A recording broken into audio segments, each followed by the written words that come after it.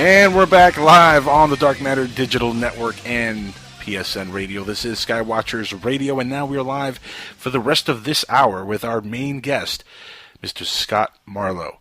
Speak for yourself, Angel. I'm not live. I'm dead. Well, to me, you're very much living, sir. Yeah, I mean, I'm here. I'm in the present dimension. Yada yada. But exactly. You're here, kind of, sort of, maybe. Yeah, exactly. And you're here. The latest scientific research, we're all a hologram anyway, right? Exactly. You're here in the known space and time universe somehow, some way. We've got you connected, and you're with us live. Thank you for being on here with us. My pleasure, as always. I've been looking forward to it. Been looking forward to having you on the show. And for the audience who might not be aware of what the Pangea Institute is, can you tell us a little bit about that first, starting off? Pangea is an educational service organization. We arrange classes and guest speakers and do all kinds of things like that there, and expeditions all over the world. We've got some top cryptozoologists and scientists who are Pangea Fellows. Does that mean you know Bobo? No, God, no, please don't. I wish I knew Bobo, but anyway, go ahead. Yeah. Well, we do television. We've been on television, clearly. Mm-hmm. Okay. But we aren't on the hoax shows, nor are we on the, quote, money-making shows. We provide expertise and, real stuff, not faked. So, we would probably burn before we would even think about doing anything that wasn't real in terms of scientific research. So now I love the slogan for the company. We make learning an adventure. Yeah, that is really awesome. That's exactly what we do. Now that's exactly what science and cryptozoology and all this stuff should be. But you're absolutely right. There are a lot of hoaxers out there. And being somebody who studies cryptozoology and who teaches about it, how does that make you feel inside, knowing that there's so much of what is out there, what's been put out there, has been debunked and found to be, a hoax? Well, I mean, it doesn't really do the people who do serious work any good. Yes, it raises awareness, which is about its only saving grace, but the awareness that it raises is the idea in the public's mind that everything we do is nonsense, and that obviously does not help. Well, the question is yep. what you do obviously lends to the legitimacy of the phenomenon, but my question then is that what is there a bigger ratio of, phonies or legits? Phonies. And that's a sad reality, Alan. And well, I mean, look, first you've got people out there that now that television has turned it into a joke, a la the program that you were alluding to earlier that I won't even give the credibility of naming. Okay. In any event, you've got people now that are creating or trying to craft hoaxes for the exclusive purpose of attracting the television people. Very true. Yeah. To their neighborhood so that they can get their 15 minutes of fame. Mm-hmm. That's it's like a psychotic thing that's going on in this country. Let's just say that they're history. Fame. No, but it's like this is like a crazy. I don't know. You can call it a mental disorder in this country where people just are like whoring for fame. There's so much that everybody just wants to be famous for something, whether it's for ufology, cryptozoology, for transitioning into a woman, whatever your thing is. People just want to have fame, and like fame is so important. Is it really that important? No, it's not. It isn't. Dude, it's a two-edged sword anyway. Well, we're the ones who are on the radio talking, so are we also looking for that fame? No, I'm actually looking for the truth. All right. Well, good answer. There you go. The truth is out there. Correct. That's great. But the problem is you got to dig for it, and too many people are not into the digging. What they want to do is get a soundbite and have somebody else do all the work. That's very true. Yep. Which is fine up to a point, but then at least go buy a book, learn something. Don't expect that you're going to get it on the internet, because what you're going to get on the internet is largely nonsense. Very true. Unless especially you really YouTube. know your source. But spend a day on Facebook and look at the absolute absurdity of some of the stuff people post. Do we have to? No. Scott, let me ask you, Scott. What kind of research do you guys do when it comes to Bigfoot? I mean, how do you go about researching? And has anybody at the Institute come across a Bigfoot? Well, yeah, I have 3 times. Okay, so you could end that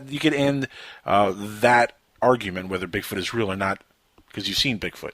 Well, since you're in Florida, am I assuming that you did see it in Florida? Yes, I've seen it in Florida and twice in Texas. Okay. But you've got to understand a whole bunch of things. First of all, the classic Bigfoot Sasquatch creature, I don't think that and the swamp ape, which is what I've seen, are the same species. I think they're 2 different kinds of Bigfoot.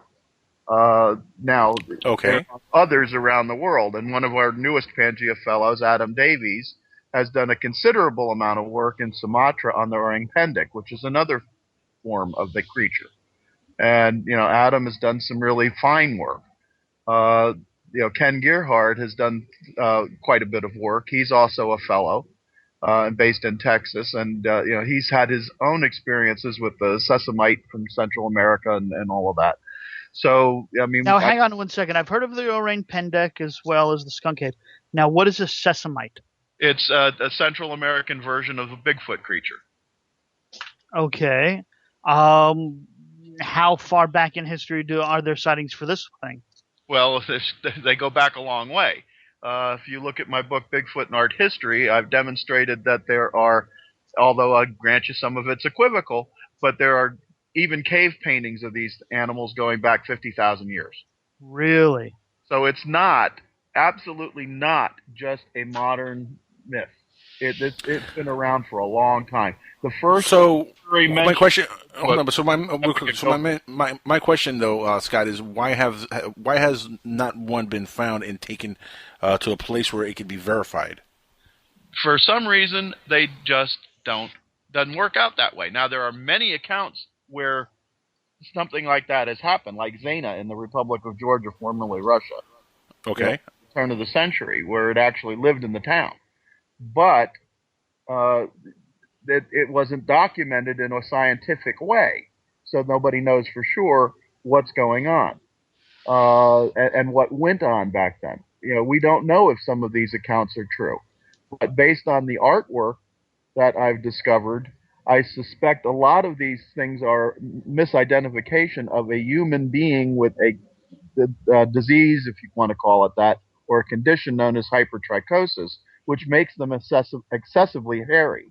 There's also evidence in the genetic makeup that all these clean-shaven, looking like they just used a Gillette Atra reconstructions of relic humans or hominins were not anything of the kind. They were hairy as hell. And therefore, Dr. Melder might be correct. These things might be some kind of evolutionary throwback that has managed to survive, meaning, of course, that the human species that we are, which is Homo sapiens sapiens, are not the only humans living on the planet. We just don't know. And now, for a fact that at one time there was more than one human species living on the planet at the same time. Right. At least that's what science is alluding to. The last decade, anyway. Do we? I mean, what do you think when you hear people who talk about Bigfoot and throw him in the UFO field as possible aliens? How does that work out in your mind? I honestly don't think that the Greys keep Bigfoot as a little pet. Well, he could be a big pet. Maybe it's kind of reverse for them. We have small pets. Obviously, if it's hairy, you can call it fluffy. If there is any connection whatsoever. And that's a huge if, because if you go down to Pumapunku or you go down to Tiwanaku and you go through the hall there where it has all of the faces, you don't see a Bigfoot face in the wall. You see a gray, you see every other human species or human type around the world on the wall. Well, how far back of... let me ask you, how far back of an imagery of the human species do you see going back into Tiwanaku? Quite a bit. I mean, does it show Neanderthal? The Anunnaki might be represented there by the statue in the center. You know what I'm talking about. Right, yeah, as a matter of fact, I do. So I don't know. I'm sure that ancient peoples were much better traveled and had more technology than we give them credit for. Oh yeah, I completely agree with that. Whether it's space alien or not, I don't know. Mm-hmm. If they had any impact, that I just don't know. But when you see Pumapunku, it's awfully hard to say they weren't advanced, or right. what was here was not advanced. Well, weren't advanced-ish, because a lot of the stuff at Pumapunku could have been done with modern tools, but not space-age tools like laser cutters and stuff like that. Like you could have done it with chisels and different forms of sand I don't and granite. think that's entirely possible. I mean, this has already been. Actually, you should really look at some of the work of Dr. Michael Heiser. There's actually documented evidence proving that this is the way they did it.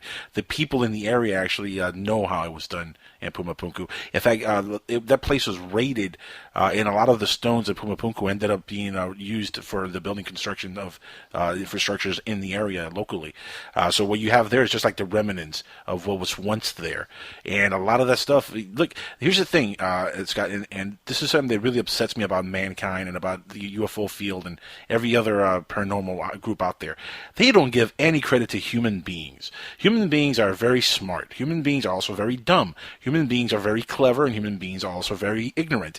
But in all that, human beings do have that clever side. We do create things. And for millennia now, we've proven that we can create new things on our own without any outside intervention. And guess what? If this world's been around for 4 billion years it's been around, supposedly, I have a very strong feeling that we've gone through evolution several times, and this is not the first time that technology is the way it is and it's evolved the way it has on this planet. I'm pretty sure that 2 billion years ago, somebody was on some form of radio talking to some other folks having a very similar conversation to this one. Why? Because technology probably did exist a long time ago within this planet with humans that lived a long time ago. Hell, we're finding out. We're finding out. I agree with that. Yeah, we're finding out now that mankind is a lot older than a few thousand years, folks. So forget about what the Bible says about mankind being only a couple thousand years old. No. We're much, much older. Egyptians are 5,000 years ago, and that's nothing. That's a drop in the bucket in the time of this planet. Drop in the bucket. And evolution could have come and gone many times. And guess what? As Dr. Michio Kaku says, we're right now a type 0 civilization. Right, we're on the cusp of becoming a type 1, but we're also on the edge of maybe blowing ourselves into smithereens with our wars and our evil tactics. Well, and who's to putting say, out there? So who's not to say it hasn't happened before many times? Exactly. So, and in fact, the Atlantis legend, even the Bible, if you go back to the pre-deluge, right. Stuff. I mean, they all basically have the same theme. There's been some major upheaval, major catastrophe. Whether that would take the form of a celestial event or whether technology did us in because we misused it remains to be seen. If there were any kind of extraterrestrial involvement in evolution, I would say that Bigfoot probably is what humans were before they started messing with the genome. It's a possibility. Yeah, that's very possible. But they could be that. They could be that. Necessarily mean it's a pet. Scott, I agree with that. Scott, here's the thing, though. Bigfoot could easily be the missing link between Homo erectus, oh God, don't use that word. Homo sapien, and don't use that word. There is no such thing as a missing link. You never know. No. I do know. I've studied anthropology. You never know. When you say link, it assumes that evolution is linear. It is not. It's multidimensional. It's like a missing link in a chain. There's no such thing. But there's no proof to multidimensional yet. There were parallel evolutions of several different types of humans, not necessarily having the same origins. But how can you call them human if they have different origins? Because of the features and the way that they're classified. Scott, hold on. But where's the proof to any of that? There's one I can point you to. Try looking at Mungo Man and the genome for it. Okay, this still doesn't prove any of that. Yeah, well, it proves that it's not out of Africa. Okay, all right, so it's not out of Africa. And now there's another that they're claiming in Siberia that apparently has the same basis, that it's not necessarily out of Africa. Okay, but we're talking about beings that lived on this planet, right? On this very Earth. How is that multidimensional? because there is more than one lineage. It Okay, is but not that's- a straight Okay, line. no. I think Angel got you wrong there. He means, Angel, not multidimensional, but multifaceted. Not Okay, that's a different interdimensional. Right. Okay, that's different. When Okay, I talk so- about something that's linear is in one direction. Well, yeah, but essentially we're talking about. Yeah, but look, human Scott, species we're branched off from a common ancestor many, many millions of years ago, and they went in different directions. Not all of them resulted in Homo sapiens sapiens. Oh no, I agree with that, but somewhere along the way there could have been some kind of link. There is no such thing as a link. I don't know. I don't buy There it. might be some element of a particular group that is yet to be identified, but it is not a link in a chain. There might be some stray DNA. Which links it together as a link. That it has in common. You could yell at him about this. I understand where you're coming from. He's just not getting it. Now, what upsets you most more when somebody non-anthropologists believes about the don't get missing link or UFOs, Scott? What's that? What seriously, like, what upsets you more when somebody says something about the missing link, possibly being a Bigfoot, possibly being the missing link, or when they mention him as being an alien? What gets to you more? I guess Can I that's hang up now? Wait, hey, I'm having the intelligent conversation here with you. Yes, you are. I don't necessarily buy either argument. First of all, I don't like blaming aliens for everything we can't explain. That's I agree with that. rubbish. Well, I don't know. Yes. Do you have the hair to match the "it must be aliens"? Do Do you have the hair? I've got Bigfoot hair that they can't identify. Wait a minute. Do you have something that has had a DNA sequence, an RNA sequence, and they I've can't had identify it? hair samples that they cannot identify. Really? Now, where Yes. did you find this? On one of my expeditions with my students Right. in the Green Swamp, and it was sent by Discovery Channel, coincidentally, to Michael Hughes at USC. And Mike could not identify it. The only thing he could say for sure was that it was not a bear, it was larger than a dog, and it was not from any known North American animal. Now, how come we never heard about this on the TV? You did. But everybody was more fascinated by Dave Shealy not passing a lie detector test. Okay. Well, that could be a problem. Exactly. I don't remember hearing about it on the news, but Well, I can't help, excuse me, guys, but I can't help what the media jumps on. that's the problem, though, Scott. It's not, the media suppresses this kind of information. Exactly. And then you That's ask the main how issue. we don't have any proof. Yeah, well, And the media is not the only place that suppresses it. I've wouldn't dealt any with certain museums that have prevented me from getting at DNA samples of something I suspect has a relationship, and then deny vehemently that they have the material that I know they have because I can even give them the bin box. Are you serious? Yes. And what kind of relation are we talking about here? Like, I'm not sure that they are not in some way related to the Bigfoot phenomenon. And I'm referring to the red-haired giants a la Lovelock Cave. Right. All right? So, I mean, I have found specimens now 3 times, and 3 times I've had them yanked away from me by name museum outfits and the government because I wanted to retrieve a tooth to have the DNA done on them. And they just shut you straight down. Absolutely. Now, Well, isn't there procedures you got? There are 2 more specimens. I'm not telling nobody till I raise the money to do it and I go do it. What I'm doing, where it is, and what's going on. I won't tell even the people who I hope are funding this. Scott, though, isn't there a procedure you got to go through to get permission to do some kind of study like that? I mean, isn't there channels you can go through? There are legal channels. They can't stop you. Good luck. Do you really Well, have there to you jump go. through that many hoops? Yeah, probably. Yeah, you got hoops, and they get progressively smaller until you're trying to fit your way through a key ring. They got hoops within the hoops. Yeah, it's Yes. not easy. They make it absolutely impossible, knowing full well that they're going to run you out of money or run you out of time. Well, So how would what- you run out of the plan. time?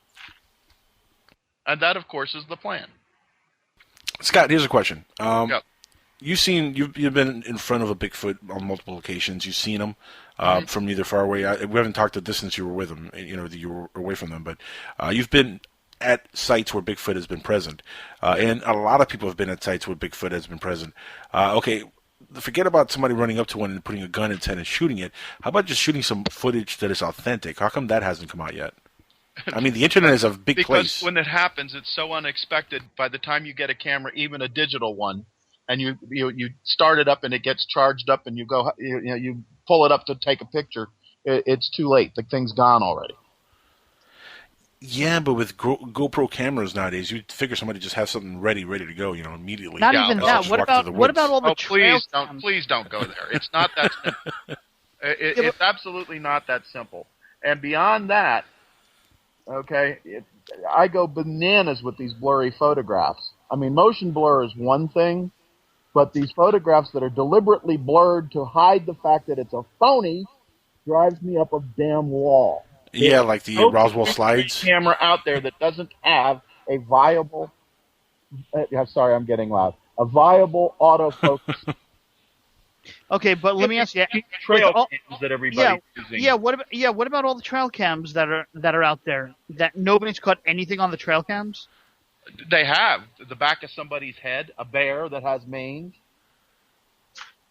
I'm just wondering, here's an interesting question.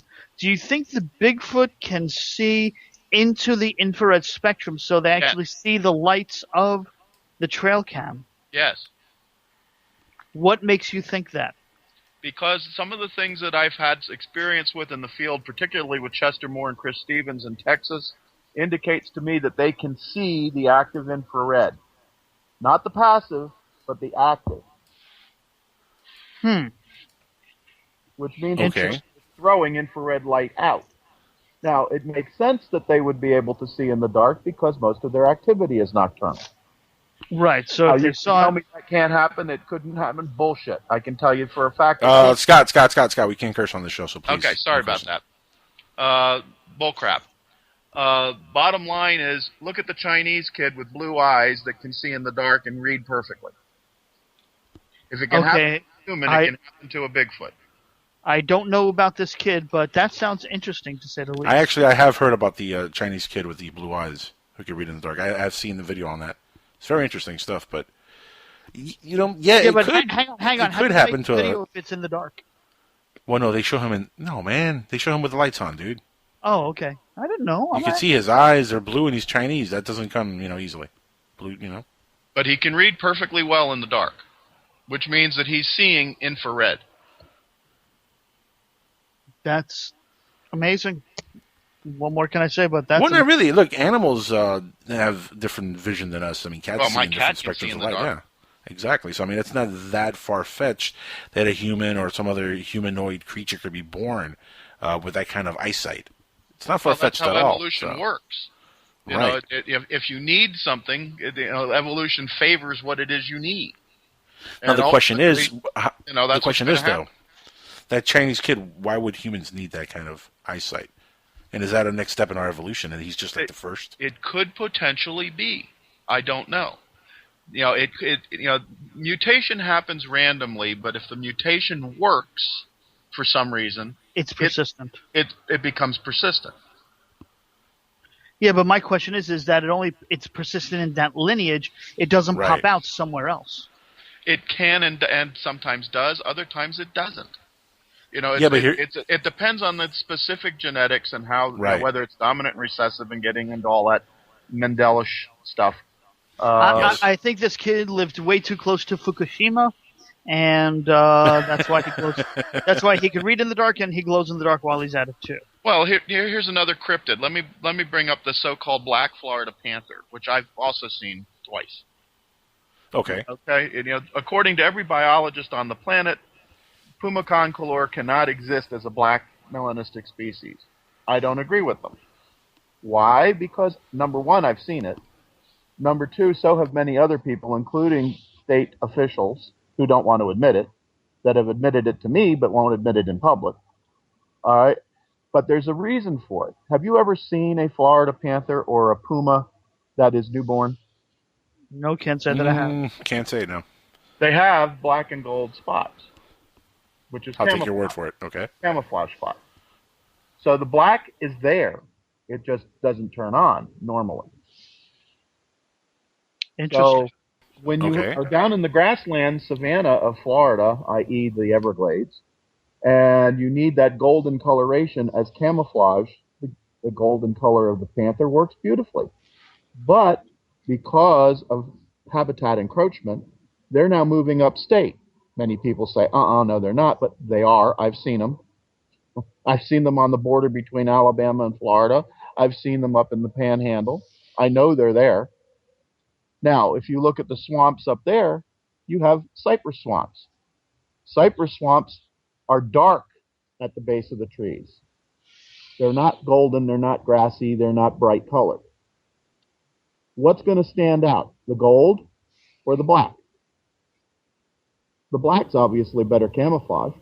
Right. So the gold stands out. At some point, these animals are evolving the dark coloration because it's better camouflage for it. I think they're just going to get into their predator costume and just, sneak up on us, and we're dead. Well, yeah, but they're visible. They're very easy to see when they're golden against a dark background. Well, you would think, unless they understand the concept of staying in the shadows. I'm sure they do, but nevertheless, they're still going to stand out more with a brighter coloration. All right, I'll give you that. So how often do you go on these excursions going hunting for all these cryptids? Well, we were just on one about 2-3 weeks ago. We were an animal that was reported as a sea monster, a la, I don't know if you ever saw the Monster Quest episode I did for them on History Channel with the Lake Worth sea monster. We had a similar one reported on the Choctawhatchee or whatever it is river. I can't even begin to get into some of those Indian pronunciations. Now, Alan, you're going to get us in trouble. Up on the river, so my son and I went up there, trying to do some research on it twice, and I've, concluded, as was pretty much the case in Fort Lauderdale or Palm Beach, only there, we knew it was a seal. This particular instance, it's like the Normandy Nessie in Tampa, and it's just a manatee and a calf. Manatee calf. So that was all that I think it turned out to be. But this is the stuff I like to do. I want to solve the problem. I don't want to find a monster. Well, can't you do well? That's all well and good, but that's not the point. The point is I want to explain what people are seeing truthfully. Right. And if it turns out to be a monster, hey, that's the icing on the cake. Yeah, exactly. So, I hear you. All these other people that are out there, the weekend warriors, they want to have an excuse to go out there and get drunk. So, naturally they want to go out and, find a monster so that they can, put on their He-Man act and, do the testosterone yell. But that's not what I'm about. Woo! I caught me one. Yeah, exactly. Give me my Nobel Prize now, please. If that's what you're in this field for, you're in the wrong field. Get out. They want their 5 megabytes of fame. Whatever. I still say though that to get this field, to get a little bit more respect in the mainstream, it's going to take a body, or it's going to take some kind of hardcore evidence where it cannot be denied or made fun of. Well, that's even if you get a body, somebody's going to deny it. They're going to claim it's been engineered. I mean, come on. Maybe not. People want to face. Look at The Hobbit. They're still arguing over whether it's some sort of human. Oh, okay. I thought you meant the movie. I was like, that's a terrible film. They're always going to argue if it doesn't fit. And with museums and people who have spent in power, who have spent a lifetime building a career on bad information, they don't want to see it go down the tubes. So it takes science a long time to accept reality sometimes. So, in other words, we're never going to find out if Bigfoot is 100% real unless we actually go in the woods ourselves. Well, let me ask you a question. If they do prove that Bigfoot exists, it is by nature a reclusive, very rare animal. Right. If it's entitled to the same protections we give other animals who are rare and endangered, how many developers are going to be in favor, especially rich Republican developers, are going to be in favor of setting aside vast tracts of land for the benefit of the animal? Ooh, that's a really good justifiable cause why they don't want to admit it. Yeah. I'm sorry. They turn out to be relic hominins, and they're human, and they were here before we were. And now you've got, everything is based on who owns the land. Suppose something comes up now that you question the claims. Right. Well, the same way that they've had gorillas and monkeys be able to sign language and have free thought. What happens if this hominid can be taught that, and does it have rights or not? Well, I suspect it would probably have some vocalization ability. As I said, even my cat tries to articulate. It understands or know it. No, and here's the thing: if they stayed, out of sight for this long, and they've evaded being seen, for the most part, they have to be some form of intelligence there. I mean, there has to be intelligence for these creatures. Absolutely. It's just that their intelligent technology is based on their senses, more so than ours, which is based on technology. We depend on technology to do what they do naturally. Okay, now here's an interesting question. Do you think they have more than our 5 senses? Well, yes, in the sense of the ordinary cardinal senses, they're far more sensitive to them. I mentioned pheromones. We can detect pheromones. We are in fact motivated by them, but we don't realize that we are. Well, that's our little subconscious. Recognized. For example, I know that when you get that feeling you're being watched, that you can get. Yeah. That comes from your hypothalamus sensing through the pheromones that there's an animal there, knowing it's there. But your conscious cardinal sense is telling you there isn't.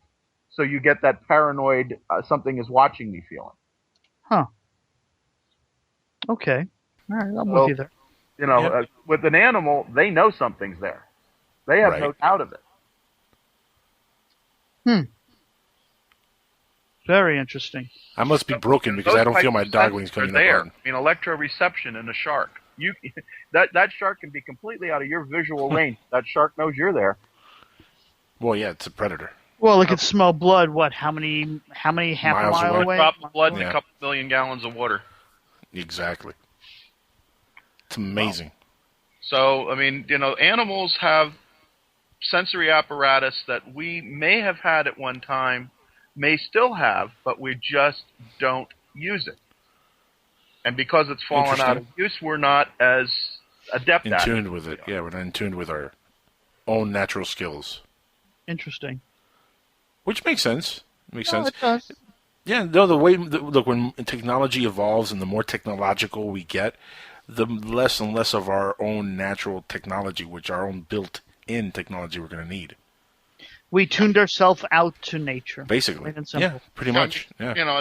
Another example of going back to what we were talking about before, certain knowledge gets lost. I'm absolutely certain I know how the Egyptians and ancient peoples moved these gigantic blocks of stone. Leverage. No. The force. They use the force. No. I would. Acoustical resonance. You're talking about the horns.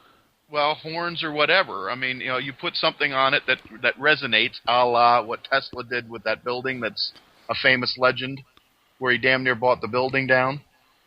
Mm-hmm. Simply by vibrating the correct frequency.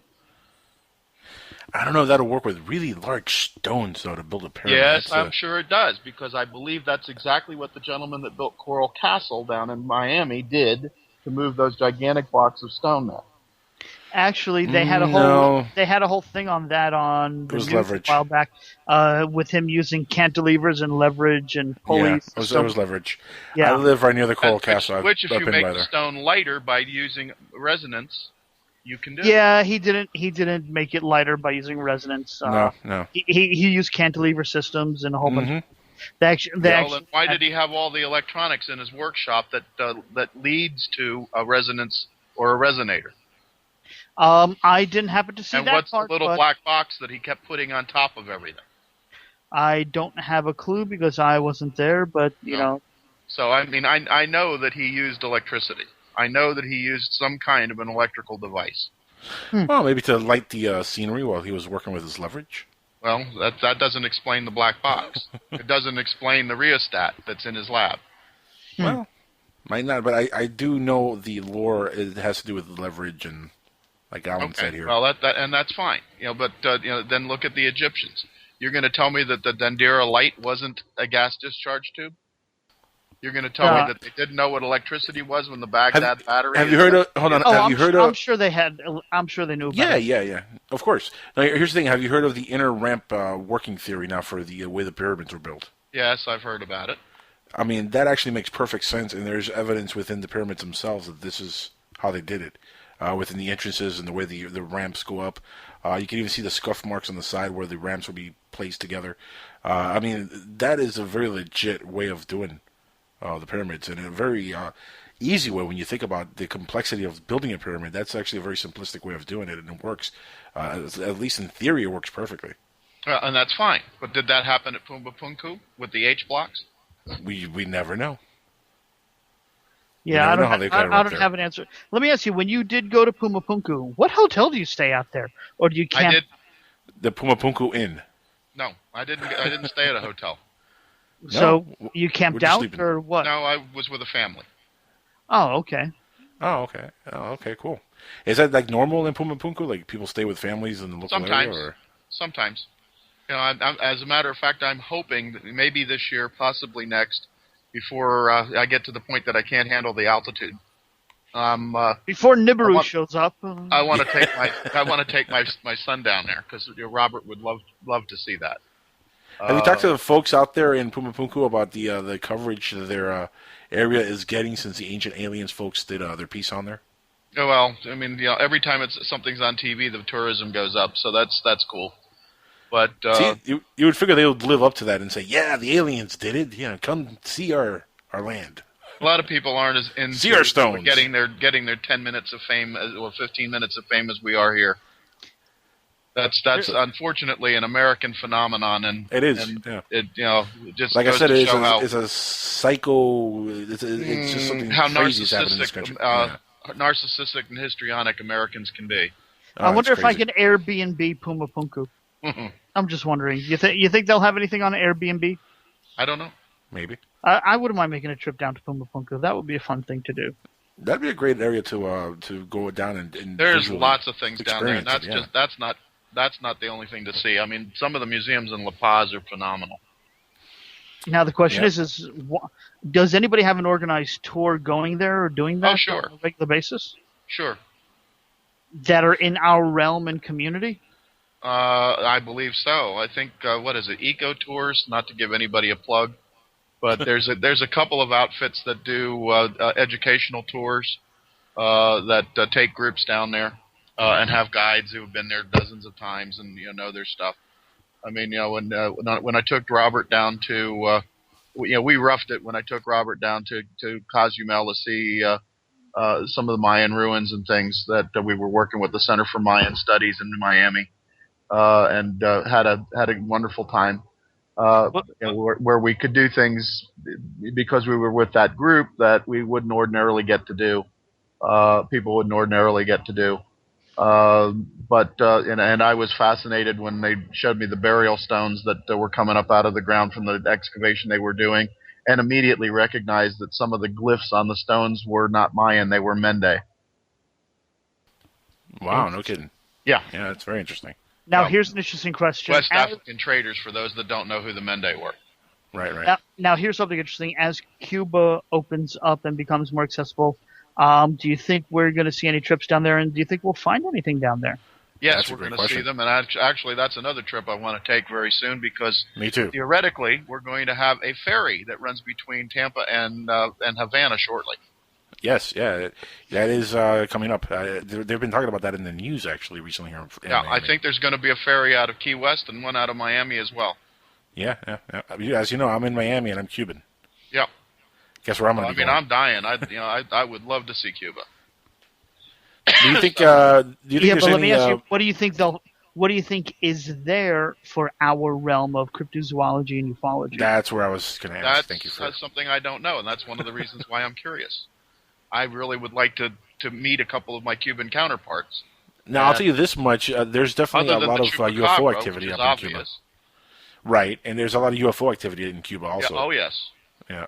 Well, theoretically, right off the coast there, you know that if there is that conduit between Gulf breeze and the Gulf of Mexico, it exits right down in that neck of the woods. So that would be right. Scott, what do you make of the supposed pyramids and structures and stuff they found under near Cuba, underwater? Yeah, I know, on the south side. Yeah. I don't know what to think yet. I'm sure they exist. I know that pyramidal structures seem to be the norm around the world and have been for quite some time. But then again, that is also the most stable architectural structure that ancient people could build with stone. Yeah, yeah. And it's proven the test of time. Look at that, huh? Yeah, I mean, I'm not terribly impressed with the everybody copies the Orion and the Orion constellation with the layout of architectural features. Why does everybody do it? What do they know that we don't? Well, that doesn't necessarily mean they know anything else. What's the most prominent constellation in the sky? In the northern hemisphere. In the northern hemisphere. Right, but we find the pyramids in the lower part. But not necessarily laid out in accordance with Orion. Well, isn't the Great Pyramid of Giza pointing true north? It's oriented that way, yes. Yeah, it's oriented to the cardinal points. It's also at the absolute center of the landmass. Correct. Which, just the fact that they were able to get that done like that, that's an incredible but I honestly achievement. think there's tons of things under the Mediterranean that we don't know about. For example, when the sea level was considerably lower, remember that the Pillars of Hercules, i.e. the Straits of Gibraltar, would have been a natural barrier to the sea, meaning the Atlantic, as the Isthmus, the Bosporus, would have been also to the Black Sea. Right. So, and also the Gulf of Aqaba, I believe. Not Aqaba, the Gulf of Arabia. So as the water level rose, eventually it would breach that and then fill it up. So the Mediterranean at one time may have been nothing more than a bloody large lake. Possible, yeah, it's very possible. So there could be one reason for a flood legend, i.e. Atlantis. Right. All right, and then the flood legend, go over in the Black Sea could also have been a similar situation, and they may have happened very close together. So which explains multiple flood legends. Yeah. To be a universal flood. The same thing. I mean, I think they're saying now that Eden was actually, where it was supposed to be at the mouth of the Tigris and Euphrates and several other rivers that are now underwater because that same kind of a breach happened at the Gulf of Arabia. That's interesting. The old legends, the biblical stories and what have you, and reducing them down to their smallest, simplest form, because I think that's where the kernel of truth is. Now, speaking of biblical legend, what are your thoughts on the Nephilim in the Bible? Well, the sons of God and daughters of man bother me. Right. I don't believe as well as should, it had anything to do with extraterrestrials. I don't think they had anything to do with being fallen angels. I think the word Nephilim simply meant giant. And in the later Bible, that's all it did mean. Only in Genesis did they give it any further credibility. Angelic, right. But what do you think these giants were? Do you think they were just giant human beings, a different offshoot of the human race? Well, here comes my tie-in with Bigfoot, and the reason I'm interested in the red-haired giants. Gotcha. Okay, the point is that they apparently existed through modern times, even though they were supposed to have been killed off in the pre-deluge world. Gotcha. So, but is it so strange that there would be a megafauna version of humans when there were megafauna versions of pachyderms, megafauna versions of ursids, megafauna versions of deer and elk, megafauna version of, shall I go down the line? The rhinoceros and many of the other animals that existed, in the distant past? I don't think so. Right. We already know that there was Meganthropus, which was a variety of human, and it was a giant, or a very large one. But we don't know, and we seem to be being prevented from finding out if the red-haired giants were a remnant of the Meganthropus population. Scott, question. Now, I've seen videos on YouTube, and YouTube is not the greatest source for credibility, but I've seen a few videos of bones that are found from supposed giants. Some of it has been debunked or later, said they were hoaxed. How many bones have actually been found? Do you know of actual giants? Do you know of any? I know number? that it has been found regularly. I know that there are at least 300 instances of such finds here in the United States. Some right here in Florida. No kidding. Oh yes, but now when we say giants, how big are we talking about? And nobody will admit they've got them. Now, I've tried the Smithsonian. Where in Florida are we talking about? Denies it categorically. Scott, where in Florida were they found? Do you know? Along the Kissimmee River. On the Kissimmee River, and when they were doing the Kissimmee River drainage project years ago in the 40s. Okay, and couldn't this be tracked down somehow? I mean, if they found something. Try. Go ahead. Give it a shot. I have. And how did you find out that they found these bones? I mean, you weren't around back then. Originally, I found out by reading the work of my friend Charlie Carlson. And then I went back and did a little bit more research and found that there were giant Indian tribes reported living here by Columbus and others. Oh, no kidding. Okay. So, obviously it makes perfect sense. There are many, many, many, many burial mounds around the country that work, especially the serpent mounds, as being giant constructions. Then take a look and talk to my good buddy Rick Osmond, who I know you know well. Yeah, I know Rick. And read Rick's book. Was it The Caves of the Golden Bear? Correct. Speaking of caves, do you know anything about these caves that are supposed to be in the Grand Canyon that have Egyptian hieroglyphs and there are tombs? Heard of them. Know anything else about them besides heard of them? Other than I think it's a hoax, no. Really? All right. Because according to the government themselves, there are certain parts of the Grand Canyon we are not allowed to traverse to because of national security. Okay, but let me ask you this. Why would the Egyptians, who very rarely did anything completely secret they wanted to be seen, decide that they wanted to inhabit something so far down the canyon? I'm just wondering if maybe they ended up coming here for mining gold or something. And that's very probable based on what Rick has said. They were here mining copper in the upper Great Lakes region. And we know that they were on the western coast of Australia. That's proven unequivocally now. Mm-hmm. So, were they better traveled? Hell yeah. Or heck yeah. Heck, no, you can say hell. Hell is an acceptable word. That's fine. Well, it's a place. Okay. So they say. By the way, for those who don't know, Rick Osmond was actually a host on this very show years ago. Oh, really? Huh. On Skywatchers Radio. Yeah, he's one of the original. I'm jealous. Four. Rick and I toured the country together, and it was one of the best times I've ever had doing book signings all over the place. And Rick is a fascinating guy. And his book, Caves of the Golden Bear, is an excellent book. I highly recommend it. Mm-hmm. But it delves into a lot of this, pre-Columbian exploration. Right. And he did a very good job of researching it. So, I would definitely put that on your reading list. Which there's not a whole lot of material out there to get to when you want to read about that subject. His book is very, very well put together. Scott, we're almost out of time here. I want you to give all the links out for everybody who's listening, so they can continue following your work, and give you a minute to go ahead and do that. Plug away. Yeah, well, Pangea Institute is easy. www.pangea, P-A-N-G-E-A, Institute, spelled out, run together, .us. That takes you to the Pangea website. Then for the summer camps that I'm doing with Hillsborough Community College, that is www.tampatraining.com, and you can look up the camps there on their website for their continuing education department. What else?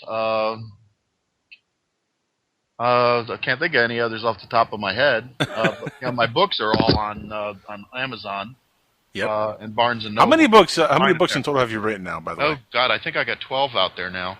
Man, that's more books than I've read. That's crazy. Yeah, 3 of them are Bigfoot related. One of them is Cryptid Creatures of Florida, which now is in its 2nd edition and has 23 different cryptids you'll find here in Florida. And a little bit off the mark, but definitely within the realm of what my family does. I wrote a book on the origins of golf, which takes golf all the way back to the Egyptians, as opposed to just the Romans, which the United States Golf Association insists is where golf started. It didn't. The ball that they referred to, or the game they referred to as Paganica, was not a game. It was the name of a medicine ball. So they were wrong. Of course, they don't want to admit it. But in any case, a bit of a fascinating piece there. As I got a chance to put some other research to use. Hold on, did you say golf? Golf, Golf. My nephew Really? is Peter Uihlein, who was the first American to be named the Rookie of the Year by the European Golf Association. Oh wow, cool. Yeah, so Peter plays in the European Tour all the time. So Very cool. My family's been in golf since time immemorial. So no matter what time of year it is, no matter what year it is, no matter what century it is, the people in power have been playing golf for centuries. Yeah, especially doctors on Wednesdays. There you go. Scott, thank you so much for being on the show tonight with us here Thanks on Skywatchers Radio. Been a blast, my friend. Take care.